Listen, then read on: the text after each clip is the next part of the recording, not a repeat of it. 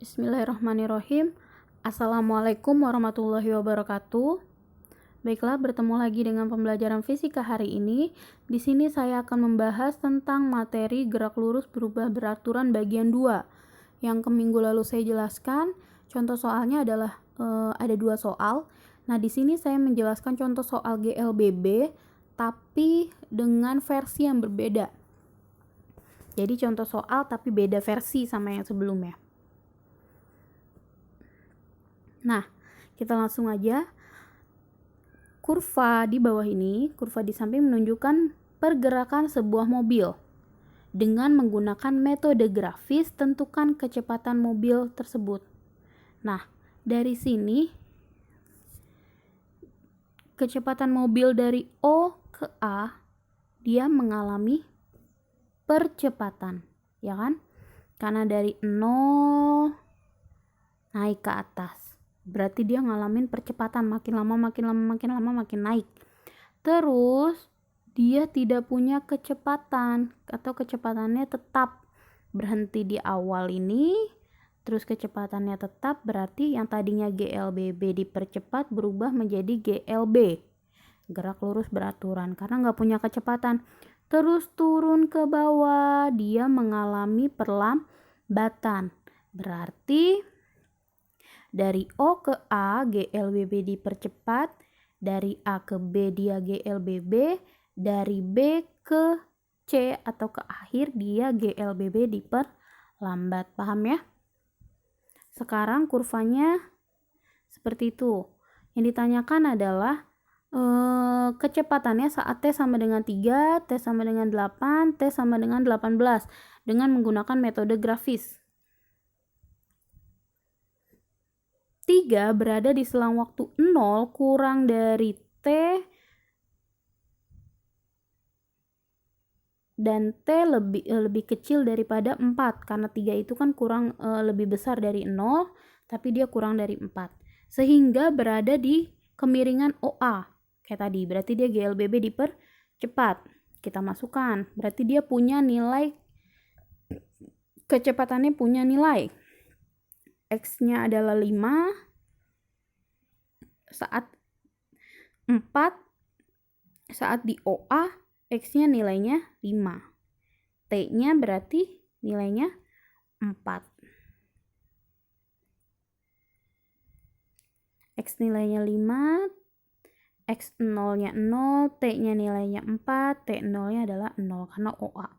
Berarti delta X adalah XA min XO sama dengan 5 min 0 sama dengan 5. Waktunya juga sama dengan 4 menit. Saya mau buat dalam kilometer per jam karena disuruhnya kilometer per jam. Berarti yang tadinya waktunya menit harus dirubah ke jam. Berarti dibagi dengan 60. Maka V sama dengan delta X atau delta S per delta T. 5 dibagi 4 per 60. Berarti 5 km dikali 60 per 4. Kita balik ya. Yang tadinya kalau dibagi 4 per 60, jadi bisa dikali si 5 ini. Tapi 4 per 60-nya dibalik jadi 60 per 4. Maka V-nya adalah 300 dibagi 4. Berarti V sama dengan 75 km per jam. Kecepatan saat T 3 menit dengan menggunakan metode grafik.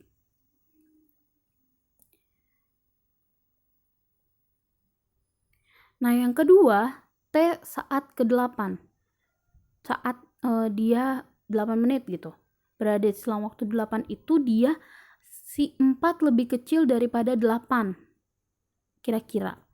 Tapi waktu itu si T atau 8 itu juga lebih kecil daripada 12. Berarti kira-kira 8 menit itu saat 8 menit sepedanya itu berada di posisi ini atau mobil berada di posisi yang ini. Nah, saat posisi GLB dia tidak mempunyai kecepatan yang berubah. Berarti kecepatannya sama. Berarti ada yang mengalami percepatan enggak? Tidak. Kita coba hitung. X-nya 5, XB-nya juga 5 karena di AB sama-sama 5, TA-nya 4, terus TB-nya adalah 12. Saat di posisi A, jaraknya 5. Saat di posisi B juga jaraknya 5. Tapi di A waktunya 4, di B waktunya 12. Kayak gitu. Masukin XA min XB 5 dikurang 5 sama dengan 0. Terus waktunya juga negatif. Nah, sesuatu 0 dibagi 8/60 hasilnya pasti 0. Dia nggak punya kecepatan. Seperti itu. Makanya di grafik ini terbukti kalau dia mengalami GLB. Terus yang ketiga,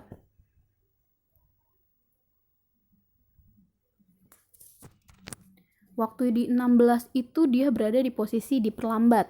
Langsung aja, dengan cara yang sama, kalian bisa coba hitung sendiri. Pasti hasil akhirnya adalah punya kecepatan nilainya 37,5. Tapi karena dia diperlambat, berarti hasilnya negatif. Kalau kecepatannya negatif. Kenapa? Karena dia diperlambat. Seperti itu. Paham ya? Next.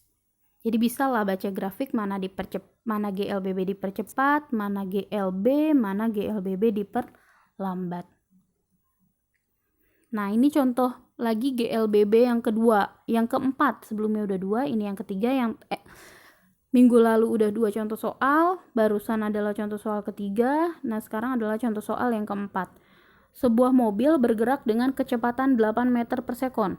Kemudian direm dengan perlambatan tetap sehingga berhenti setelah 50 meter. Berapa lama waktu yang dibutuhkan sampai mobil berhenti? Berarti dia mengalami percepatan atau perlambatan. Ayo. Karena direm dengan perlambatan sudah jelas, berarti soal ini adalah soal perlambatan. Diketahui awalnya mobil bergerak dengan 8 meter per sekon, berarti V0-nya adalah 8 meter per sekon. Kemudian direm sehingga berhenti setelah 50 meter, berarti S-nya adalah 50 meter. Yang ditanyakan waktu sampai mobil berhenti. Kita cari persamaan yang ada T-nya, yaitu VT sama dengan V0 min A dikali T. Kita harus tahu dulu perlambatannya berapa. Berarti kita cari dulu nilai A-nya pakai rumus VT kuadrat sama dengan V0 kuadrat min 2 dikali A dikali S. VT-nya karena yang dibutuhkan karena si mobilnya ini nanti akan berhenti, makanya VT-nya nilainya 0. Sama dengan V0-nya atau V mula-mulanya adalah 8. Berarti 8 kuadrat dikurang 2A dikalikan jaraknya adalah 50. Bu, VT-nya kenapa 0 sih? Kan mobilnya mau disuruh berhenti. Setelah beberapa waktu mobil disuruh berhenti. Makanya kecepatan saat waktunya itu adalah, atau kecepatan akhirnya adalah si mobil berhenti. Kalau mobil berhenti dia nggak punya kecepatan, diam. Makanya VT-nya adalah 0. Nah, 0 sama dengan 0 kuadrat tetap 0 ya. 0 dikali 0, 0. 8 kuadrat berarti dia 64 dikurang 2 dikali 50 adalah 100A. Maka 64 atau 100A sama dengan 64 atau 64 sama dengan 100A. Maka A sama dengan 64 dibagi 100 yaitu 0,64. Berarti si mobil ini mengalami perlambatan sebesar 0,64 meter per sekon kuadrat. Baru kita bisa masukin ke persamaan VT sama dengan V0 min AT. VT-nya adalah 0 sama dengan V0-nya 8 dikurang A-nya adalah 0,64 terus T-nya adalah yang dicari. Sehingga 0,8 min 0,64T jadi 0,64T sama dengan 8. Jadi T sama dengan 8 dibagi 0,64 hasilnya 12,5 second. Berarti waktunya adalah 0,25. Nah ini, berarti waktunya adalah 12,5 second. Nah ini latihan soalnya tentang GLBB yang kedua, silakan dikerjakan. Nah sebelum itu saya akan ngejelaskan materi yang berikutnya, yaitu gerak jatuh bebas.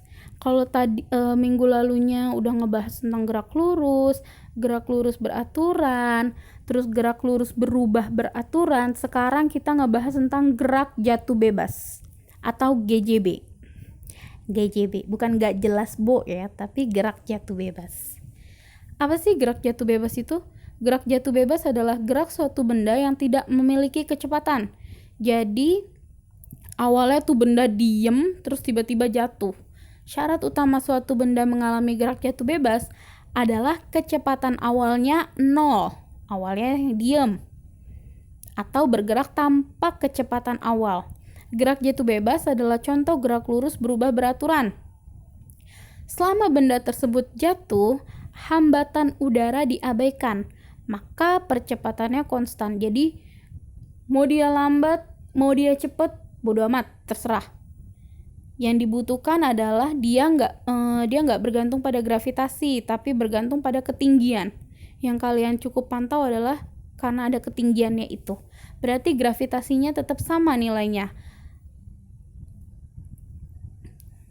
Nah, rumusnya adalah Vt sama dengan Gt. Vt kuadrat sama dengan 2GH, H sama dengan setengah Gt kuadrat. G itu adalah percepatan gravitasi bumi ya. Ini keterangannya bisa kalian baca. Gravitasi bumi itu adalah 9,8 meter per sekon kuadrat.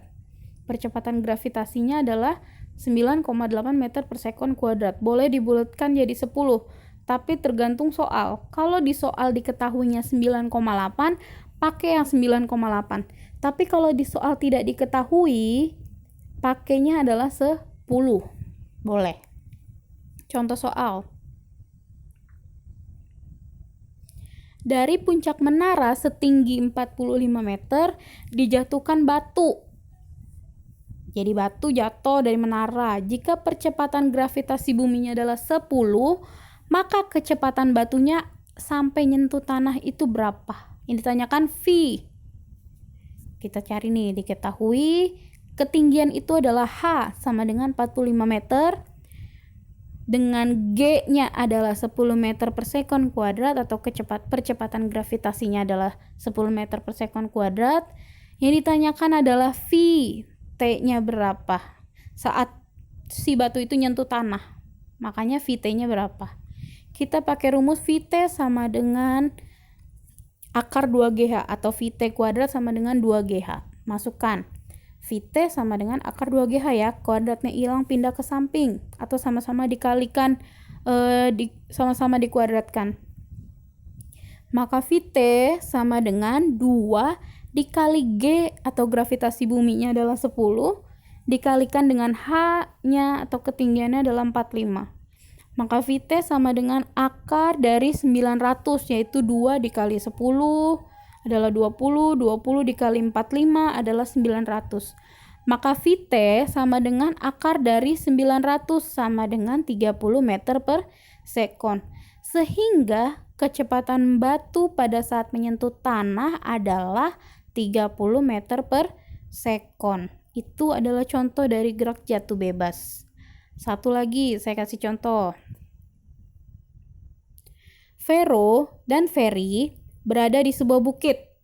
Gak jauh dari lokasi mereka terdapat jurang yang gak terlalu dalam, yang tidak terlalu dalam. Sebagai langkah antisipasi, mereka mau tahu nih berapa dalam si jurangnya itu. Untuk mengukurnya, si Ferry ngelemparin batu dari atas menuju jurang. Dan Vero mengukur waktu yang diperlukan batu sampai kedengaran sampai di dasar jurangnya. Dari hasil perhitungan mereka, diperoleh waktu 3 detik buat si batu dari atas yang dilempar Vero nyampe ke ujung jurang. Yang ditanyakan, berapa kedalaman jurang yang diukur Vero dan Ferry? Diketahui waktunya adalah 3 sekon. Terus ditanya adalah ketinggiannya, H-nya. Berarti rumus yang dipakai adalah H sama dengan setengah GT kuadrat atau ketinggian sama dengan setengah dikalikan gravitasi bumi dikalikan T kuadrat. Bu, tapi kan gravitasinya nggak diketahui di sini. Nah, saat nggak ditulis kayak gini, baru boleh kalian pakai nilainya 10.